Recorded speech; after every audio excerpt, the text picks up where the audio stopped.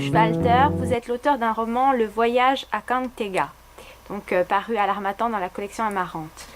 Pourquoi Kang Tega? Alors, Kang Tega, c'est le nom d'une montagne située dans l'Himalaya tibétain, sur la partie népalaise de l'Himalaya. C'est un endroit où je suis allé il y a longtemps et qui m'a laissé des souvenirs magiques. Et donc j'ai eu envie d'écrire un roman dans lequel je retrouvais l'atmosphère des montagnes himalayennes. Et donc je fais parcourir une partie des montagnes aux personnages de ce roman. Qui sont des personnages qui viennent d'un petit village au départ qui se situe en Dordogne, un petit village imaginaire situé sur une boucle de la Dordogne, entre un certain nombre de villages qui eux sont bien réels. Donc l'histoire commence avec deux centenaires sous un arbre chaque matin qui regardent la vie s'écouler tranquillement dans le village.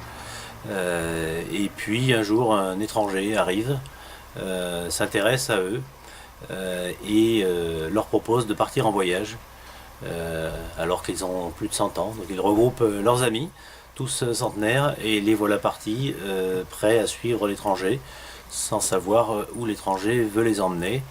Et donc une grande aventure va s'ouvrir. Vous parlez d'un voyage d'espoir et de vie. Pourquoi s'agit-il d'une renaissance?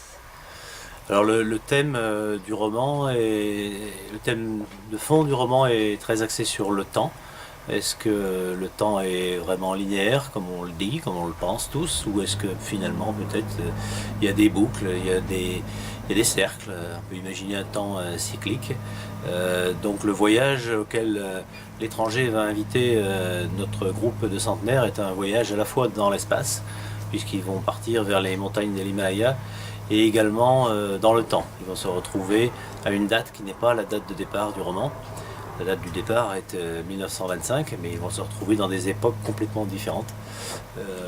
La genèse de ce roman est aussi largement partie d'une question, d'une idée que je me pose assez souvent, qui est de dire quel serait le regard que des gens venus d'il y a 100 ans, 200 ans porteraient sur notre monde d'aujourd'hui s'ils se retrouvaient tout à coup plongés dans notre époque. Donc il y a des variations de temps dans ce roman et des boucles, et donc un voyage à la fois dans l'espace et dans le temps.